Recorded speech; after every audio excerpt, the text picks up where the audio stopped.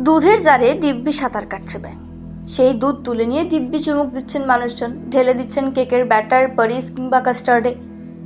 দীর্ঘদিন ধরে রাশিয়া ও পোল্যান্ডের গ্রামগুলিতে এই বন্দোবস্ত ছিল। এতে দুধ দীর্ঘদিন ভালো থাকতো, অর্থাৎ ছানা কাটতো না বা পচে যেত না। বংশানুক্রমিকভাবে চলে আসছিল এই অভ্যাসটা।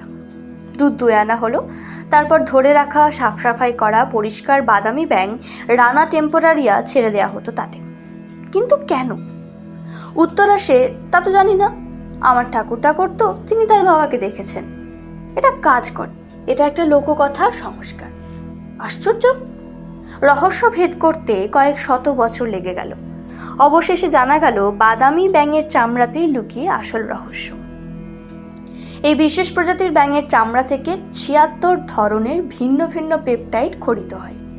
তার মধ্যে ব্রেভেনিন 1TB একটি চমৎকার। মূলত দুধ নষ্টকারী ব্যাকটেরিয়ার বিরুদ্ধে অ্যান্টিব্যাকটেরিয়াল প্রতিরোধ দেয় এই ব্রেভেনিন। জানা যায় না কে, কিভাবে, কবে প্রথম এই জিনিস লক্ষ্য করেছিলেন ও চালু করেছিলেন, কিন্তু সংস্কারটা ছিল। তাতে কেউ অসুস্থও হননি। তাই সংস্কার অভ্যাস মানেই সেটা কুসংস্কার নয়। সংস্কারের পিছনে সায়েন্সও থাকে। তবে ভুলেও বাড়িতে করতে যাবেন না। এমনই তথ্য নিয়ে দেখা হবে পরবর্তী ভিডিওয়।